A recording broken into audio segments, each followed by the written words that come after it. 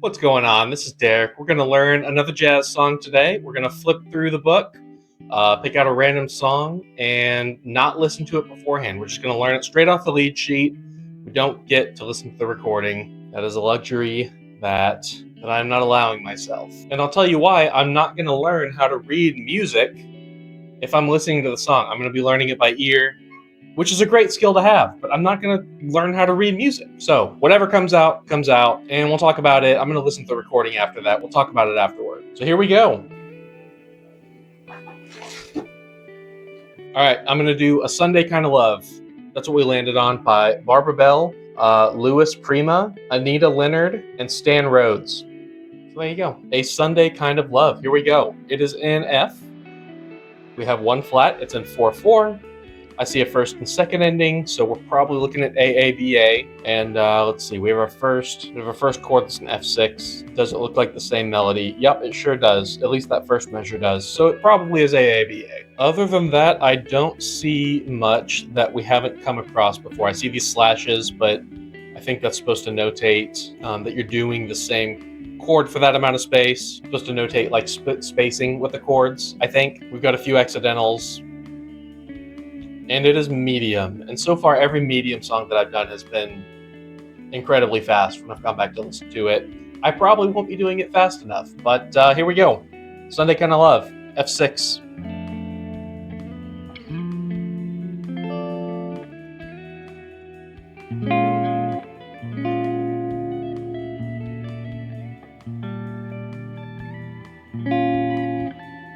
Okay, so I've got a B flat minor 6. I think the 6 is here. I think it's that note, so.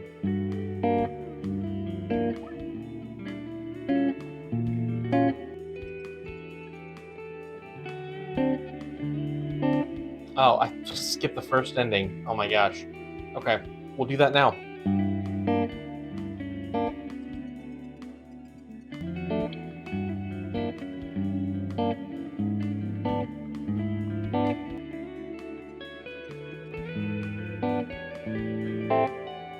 Okay, so I got tripped up on that F over A again. I was trying to do like an A over F. F in the bass, and then an A chord.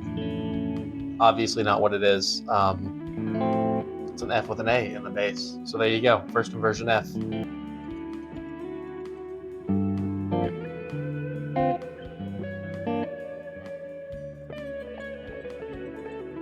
Okay, so I got tripped up here.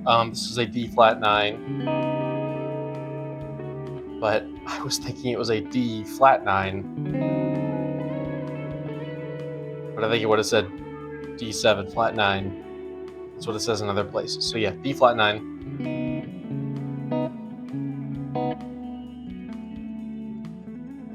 Cool. So it ends on this F6. Or to go back into it, it's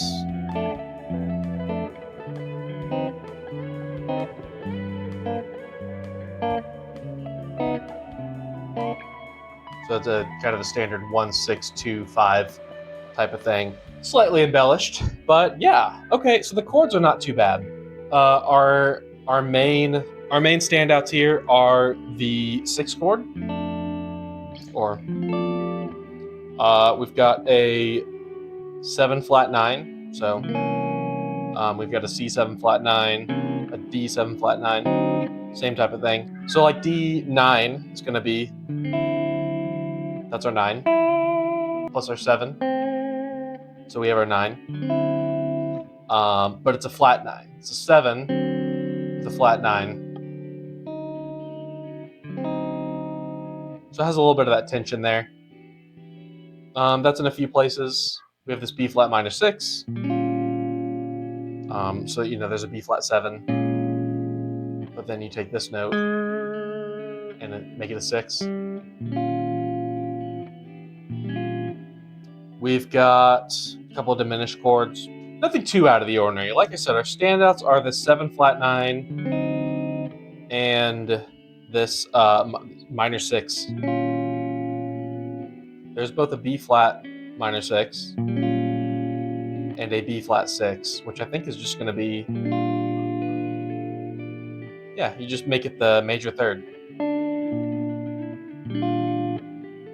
that's basically it. I'm gonna run through that a few more times, try and nail it down a little bit better. It's a little messy right now, and then we'll hit the melody.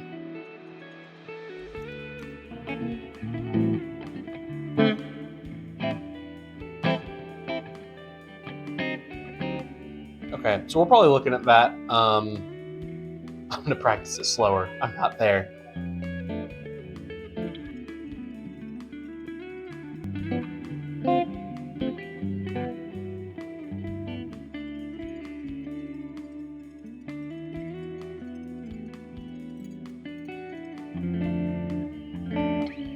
Cool, yeah, that's in a pretty good spot. I think it's time to move on to the melody.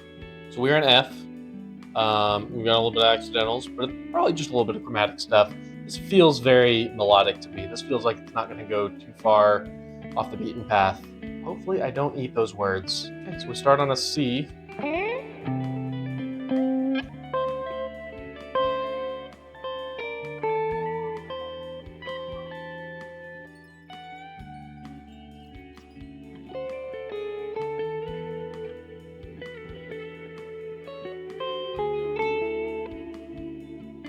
One, two, three, four. Okay, so we have a 3-beat count in.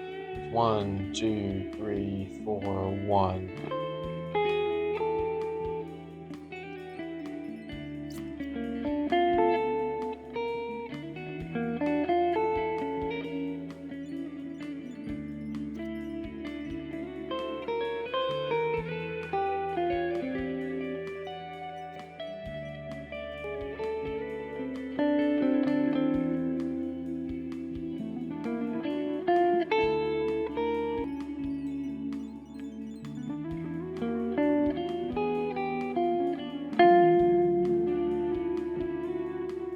Yeah, so melody's not too bad so far through the first and second ending. It's basically the same ending melody-wise, but with a different lead in to the next part.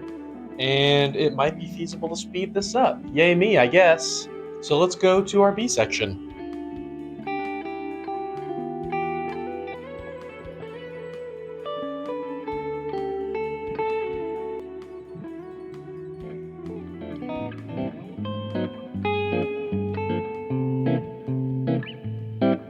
Oh, and that's the lead in. Okay, so let's hit that again.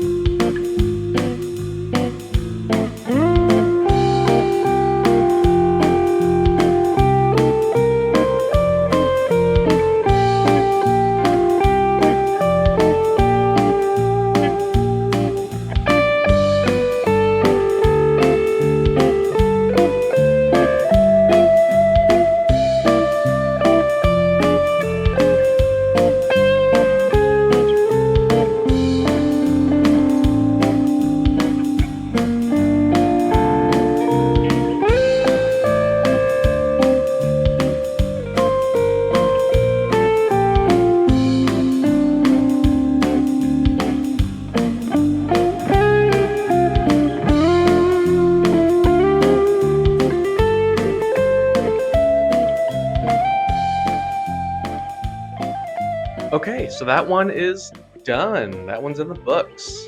I am very happy with how that one came out. And I just listened to the recording by Etta James. That's what I found in a playlist called The Real Book 6th Edition. And wow, it is certainly different than what I came up with. It is quite a bit different than what is written, to be honest. The Etta James version is in 6/8. The chords aren't exactly the same. I mean, it's in a different key, but like, who cares about that? But like, the progression itself isn't the same. Her melody is very all over the place in a great way. Like, it's a beautiful recording, but it is not what is written. That said, like, hearing the words that she's singing, I can definitely hear how that fits into the melody that's written. So really cool song. Turns out, compared to that one, I overshot the tempo. It's marked as medium, but hey, I mean, the fun thing about this, about going into these blind and not listening to it beforehand, is that the interpretation that comes out afterwards is my own. I'm sure I'm not the first one who's come up with that interpretation. Based on the fact that it was medium, I thought I way undershot it. But man, I really like that one. It's just kind of a nice, feel-good kind of lick. I mean, not too terribly difficult. Like, the chords were simple enough. The melody was simple enough. I will say I struggled a little bit because it's kind of a long song, especially the way that I did it. The recording is simply AABA, and it is 3 minutes long. Now, it's a little slower, but it only goes through the entire piece once and it's done. Whereas the way I did it, I did AABA, and I did that 3 times. I did the melody as written, I did improv, and then I did improv, and then into the melody for the ending for the 3rd time around. And it was a long one. I mean, it was like 5.5 minutes or something like that. But man, I just really like that progression. I really like that melody. It just felt really nice. So where does it sit? I don't know. It's easier than a lot of them. Like, it was easier than like ESP, because ESP had some interesting rhythms, especially like as notated with ties. Certainly easier than Miss Anne. That one was just everywhere. So many accidentals. The only accidentals here were kind of a slight like pull up in the intro, and that intro and that like lead into each A section, and then a small part where we kind of faked it like the key of G. But man, I don't know, this was just like a really feel-good tune, and it was, I think, because of the tempo that I did and because of the length, it was a bit harder than Up Jump Spring, although I realized that like this one was not too terribly complicated in terms of what was going on, and so I tried to not do what I did with that one, in terms of like, I tried to add some like dynamic interpretation and a little bit of like, I don't know, just add a little bit of interpretation into the melody. I'm trying to keep the melody portions of these pretty close to as written, just as a show of like, here's what it is. But at the same time, I don't want it to turn out as potentially basic as that one. Like, I'm trying to learn jazz in this, and so I think creating my own interpretations of these songs means adding a little bit of embellishment. There's certainly more I could have done. If I really wanted my own interpretation, there's quite a bit more I could have done. So there's kind of a balance that I'm shooting for. But that said, great song. A Sunday Kind of Love. Go look it up. Go buy the real book and learn it for yourself. It's very fun to play. Hey, if you made it this far, hit that like button. Subscribe to the channel. I'm doing a bunch of these. I've done several, so if this is your first one that you've seen, I have a playlist called Let's Play Jazz. Go check that out. You can watch me really struggle through learning several songs. And yeah, let me know what you thought of my interpretation, and I will see you in the next one.